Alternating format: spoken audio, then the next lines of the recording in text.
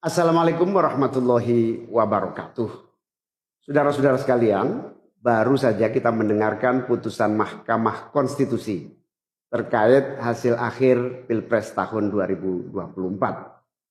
Putusan ini sebetulnya tidak mengejutkan.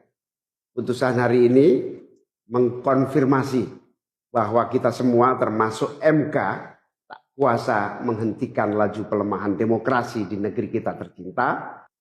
Sebagai catatan, kami sangat bangga dengan 3 hakim MK yang menyatakan dissenting opinion. Yang saya muliakan Profesor Saldi Isra, Profesor Eni Nurbaningsih, Profesor Arif Hidayat. Mereka adalah orang-orang yang mulia yang menjadi harapan bagi tegaknya konstitusi dan kembalinya marwah Mahkamah Konstitusi ke depan.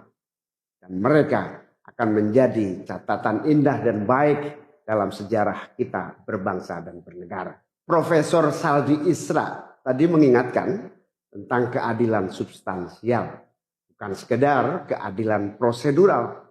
Ini adalah catatan amat penting yang sayangnya terabaikan dalam proses demokrasi kita akhir-akhir ini. Artinya kita memiliki tugas yang masih panjang. Sebab demokrasi kita sesungguhnya masih ringkih dan harus terus-menerus dijaga dan dirawat. Namun kami masih menerima dan kita semua menghormati keputusan Mahkamah Konstitusi ini sebagai keputusan yang final dan mengikat. Saudara-saudara sekalian, perlu usaha kita semua untuk terus-menerus memperkuat demokrasi. Perlu sensitivitas kita semua untuk terus-menerus menjaga agar amanat reformasi tidak tergerus walaupun proses penggerusannya berjalan pelan-pelan, sedikit-sedikit yang seringkali membuat kita terlena. Kita semua sadar, kita masih harus kerja keras, harus kerja terus-menerus untuk menyadarkan publik luas bahwa institusi demokrasi yang kuat, yang berfungsi baik, itu sama pentingnya dengan institusi ekonomi yang kuat, yang berfungsi dengan baik. Keduanya, proses demokrasi, proses ekonomi harus berjalan dengan baik, dengan efisien, efektif, dan menggunakan prinsip-prinsip yang benar. Oleh karena itu kita semua harus terus bekerja, harus terus merangkul dan memperkuat masyarakat. Agar dalam proses demokrasi masyarakat kita bisa kebal terhadap imbalan-imbalan iming-iming jangka pendek dan tahan terhadap ancaman-ancaman dan tidak ada lagi pihak-pihak yang melakukan itu pada masyarakat kita. Saudara-saudara, atas alasan ini semua kami akan terus berkomitmen terhadap gerakan perubahan dengan cita-cita jangka panjang, memperkuat pilar-pilar demokrasi serta menghadirkan keadilan dan kemakmuran bagi semua dalam kesempatan apapun yang bisa kita raih di masa yang akan datang. Cita-cita kita untuk membangun negara yang menjamin keleluasaan berbicara dan kebebasan mengkritik. Negara di mana warganya bebas memilih tanpa iming-iming imbalan sesaat dan tekanan maupun ancaman. Ini tidak akan berhenti. Kita harus terus berjuang bersama-sama. Namun saudara-saudara, kepada seluruh para pendukung yang telah menitipkan aspirasi perubahan kepada kami sebagai capres dan cawapres, kami harus sampaikan. Disinilah ujung perjuangan konstitusional kita dalam Pilpres kali ini. Keputusan MK hari ini menjadi penanda berakhirnya Pilpres tahun 2024. Keputusan MK hari ini menjadi penanda berakhirnya seluruh proses Pilpres 2024. Saudara sekalian, salah satu prinsip demokrasi yang baik adalah peaceful transition of power. Perpindahan kewenangan yang berjalan dengan damai dari presiden petahana yang segera akan berakhir masa jabatannya kepada presiden terpilih. Dengan segala catatan tentang problematiknya proses Pilpres 2024 kali ini, kami berkomitmen untuk menjaga prinsip peaceful transition of power itu.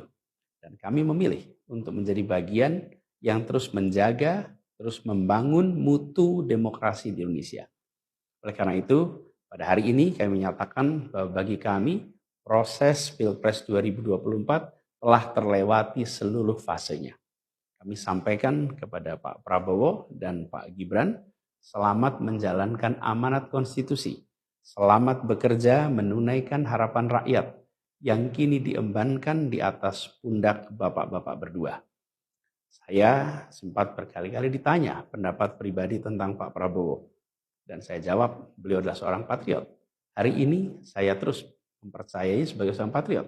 Beliau adalah seorang yang telah mengalami pendidikan modern sejak usia belia dan berasal dari keluarga intelektual yang amat terpandang.